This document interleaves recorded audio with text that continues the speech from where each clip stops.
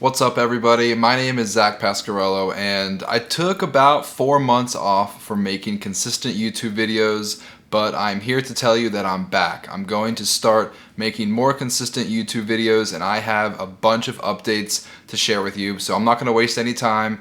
If you want to talk to me, I have a link in the description below. You can go to my website, you can schedule either a 30-minute or a 1-hour meeting with me. You can talk to me about your bookkeeping, your accounting, your taxes, your trucking business, or whatever business you have that you need advice on. So a little bit about me. I am an accountant and I have a trucking company. Had a trucking company for the past 2 years. I've had my accounting business for a little more than the past 3 years. So started doing accounting, bookkeeping, and taxes, and then a year later I started a trucking company. Started with a box truck, and then I graduated to a CDL tractor, and then I got a trailer. So I was running power only last year, and then I got a trailer. But I have bad news for you. I officially deactivated my DOT authority on December 31st, 2022. So I guess technically I no longer have a trucking company. It's bittersweet. I am really upset that I wasn't able to make my trucking company a success, but with that being said, I learned so many things. I learned a lot of great lessons. I learned a lot about business. I learned a lot about managing people and managing a pretty complex business. Also learned a lot about accounting. And most importantly, I met a lot of awesome people over the past 2 years while I was talking to dispatchers, brokers, drivers, and everybody else involved in the CDL trucking world. So what am I doing now? I sold my truck to a good friend of mine. He also has a trucking company. We've actually kind of grew up in this trucking business together. We both started with a box truck, and then I got a tractor, and then he got a tractor, and then he got a second driver, and so the timing worked out perfectly. I sold him my 2016 International Pro Star. It had like 660,000 miles on it, and unfortunately I bought the truck January 2022 when prices were a lot higher than they are now. So I bought the truck for $65,000 and I just sold it for $40,000. So it took a pretty big hit on the truck, but honestly, I just wanted to get rid of it. So I am happy to be done with the truck. My biggest fear was if you're thinking about selling your trucking company, you're probably worried about this too. My biggest fear was holding out, waiting, trying to sell it for $45,000 or $50,000, and then God forbid, 1 month, 2 months, 3 months go by, and then all of a sudden the truck won't start. All of a sudden there's something wrong with the turbo, or there's something wrong with the DEF system. So I really did not want to run the risk of just anything major breaking on the truck in the next 3 to 5, 6 months while I try to sell the truck. So I was super happy just to be done with the truck, even though I lost thousands of dollars selling the truck because I bought it for $65,000 last year and just sold it for $40,000 less than a year later. So as far as deactivating my authority, that was a pretty straightforward process. You just log into the FMCSA website, and I think you can do it all electronically. Like, I just submitted one form, just said, yes, I want to deactivate my authority, and then 48 hours later, my authority was deactivated. So I was able to basically get rid of my insurance. I sold my truck, deactivated my authority. Pretty much everything is done with. I'm waiting for a couple invoices from a couple brokers to come in. I factored all of them in 2022, so I already got the money. I'm just waiting for them to pay the factoring company. The last thing that I still have is this darn Go Motive Keep Truckin' subscription. So I have 12 months left in my subscription, and I have 2 of these things. So I'm paying like $300 every quarter. So I'm gonna end up paying like $1,200 this year for this Go Motive ELD that I don't need, but they lock you into that 2 or 4 year contract, and there's nothing you can do about it. So I'm gonna keep on paying for that. But I did want to let you guys know that I'm thinking about renting out my trailer. So if you are running power only right now, or if you have a tractor and you're looking for a trailer, I have a 2012 Wabash Air Ride swing door 53-foot dry van trailer. So if you're looking at getting a trailer, I'm trying to rent mine out. I'm asking for $1,000, which I think is a pretty fair price. $500 down as a security deposit, $1,000 a month, and the trailer can be yours. I've already got a bunch of people lined up locally here in Pennsylvania, but I figured I'd let you guys know that I'm also trying to rent out my trailer. So I'm gonna keep the trailer, and I kind of have a good feeling about it because the trailer really isn't costing me that much per month. Hopefully maintenance is gonna be pretty low.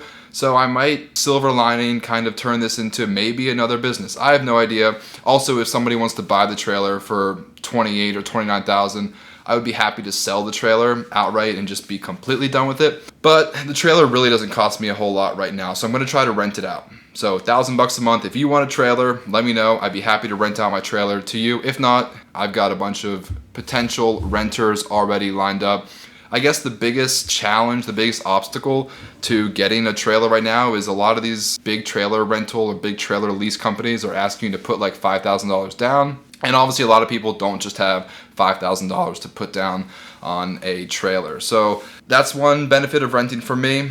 $500 security deposit, $1,000 a month, the trailer's yours. Okay, now I want to talk briefly about why I decided to give up on my trucking business. Everyone knows the rates plummeted in 2022. Everyone knows fuel prices skyrocketed in 2022. From what I've seen, rates are starting to come back up, especially in the new year in January, and fuel prices have been steadily coming down since like October.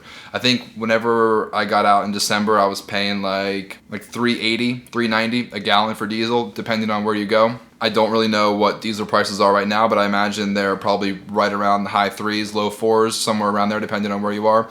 But that was a big reason why my business was struggling like kind of all throughout the year. And so if you remember in October, I made a video saying this was the final countdown. I have 3 months to turn this business profitable. I got away from the staffing agency. I was paying crazy amounts of money for the staffing agency for my labor. I got away from that. I got my driver to just work for me straight up, no extra fees. So I made a video back in October saying this is the final countdown. If I can't be profitable in these last 3 months with peak season coming up, the holidays, and paying my driver straight up, diesel prices were coming down, rates were coming back up. If I can't be profitable, I'm gonna shut down my business, I'm gonna give up, I'm gonna call it quits. And here we are, 3 months later, I'm doing just that. And it's really because of 3 things. One, like maintenance, for whatever reason, just absolutely hit me hard in December. I spent like more money on maintenance in December than I ever had before. I don't really know what was going on with the truck because if you don't already know, like I'm not the one driving the truck, so I don't know specifically what was wrong with the truck. I mean, I know like, you know, it needed a tire here or it needed a windshield there or a mirror here or like some wires were loose there. Like I know like actually what I paid for, but I don't really know like why these things were happening. I don't know if it was just all really unlucky or if my driver was doing something wrong or maybe the truck's just 6 years old and that's just what happens to trucks whenever they get old. I don't know what happened. I don't know why it happened, but I spent like more money in maintenance in December than I had like any other month for the past 2 years ever. So that really kind of was the icing on the cake. And then the second thing is I did not have the best driver. So I talked about him a lot before. He was a safe driver, he was slow, and he was unreliable. So really safe. That's the one good thing that I had to say about him. Like, I don't think he drove too fast. I don't think he was reckless. He was really knowledgeable. So a lot of experience, really safe, really knowledgeable. He knew a lot about the truck. He knew a lot about the industry, but he was pretty slow. So if it was expected he would get there in 4 hours, it would almost always take him 6 hours. If it was 10 hours away, it would almost always take him 13 or 14 hours to get there. And then also unreliable. So I don't really know, I don't know what he has going on in his personal life, but he took a lot of days off. He took a lot of sick days. He took a lot of long weekends. And with just one truck and one driver, like I really needed a go-getter. I really needed somebody who was willing to drive 3,000 miles a week, who was hungry for that paycheck, and that just wasn't my driver. And maybe I could have tried to find another driver. I definitely could have tried to find another driver, but the question is like, would I have found another driver who would have been better, or maybe I found someone who was worse, or maybe I just would have found another driver who was just as bad as my current driver. Honestly, I was just kind of done with the whole thing. It's been a long 2 years, and I just kind of wanted to call it quits. So I'm not totally blaming the maintenance. I'm not totally blaming the driver. I'm not totally blaming the cost of diesel and the rates crashing. At the end of the day, all of this ultimately falls on me. And a lot of it was that I was not willing to put in a lot of effort into the trucking company. I did put in a lot of effort, kind of in like a backwards, sideways kind of way. Like I put a lot of effort into research and I put a lot of effort into like the finances of the business, and I put a lot of time and effort into like talking with my dispatcher and talking with my driver. But at the end of the day, I wasn't really doing anything to make the business better. So I wasn't driving the truck, I wasn't fixing the truck, I wasn't dispatching the truck, which those are kind of like the three main things that you would do if you were an owner-operator with a truck. And I wasn't doing any three of those things. So ultimately, at the end of the day, the reason why my trucking company failed was because of me. And it was just not the right time, not the right truck, not the right driver, not the right freight market. It just wasn't a right fit for me in the trucking business. But I learned a lot. I don't really have too many regrets, even though I lost literally thousands of dollars. I don't really have a lot of regrets because, like I said before, I learned so much, I met so many great new people, and I really wouldn't take back the whole experience. Maybe I would, maybe I would. I don't think I would take back the whole experience because I am who I am today because of what I've done these past 2 years. So, like I said, if you've made it this far, thanks for watching my videos. You've probably been following along for a really long time. I do have consultations open and available. I no longer have an active authority. I no longer have a trucking company, but I know a lot about accounting, bookkeeping, and a trucking company. So if you're new, if you're experienced, if you're looking for help, click the link in the description, schedule a meeting with me. I would love to talk to you. Thanks for watching and stay tuned because I'm about to put out a lot more videos.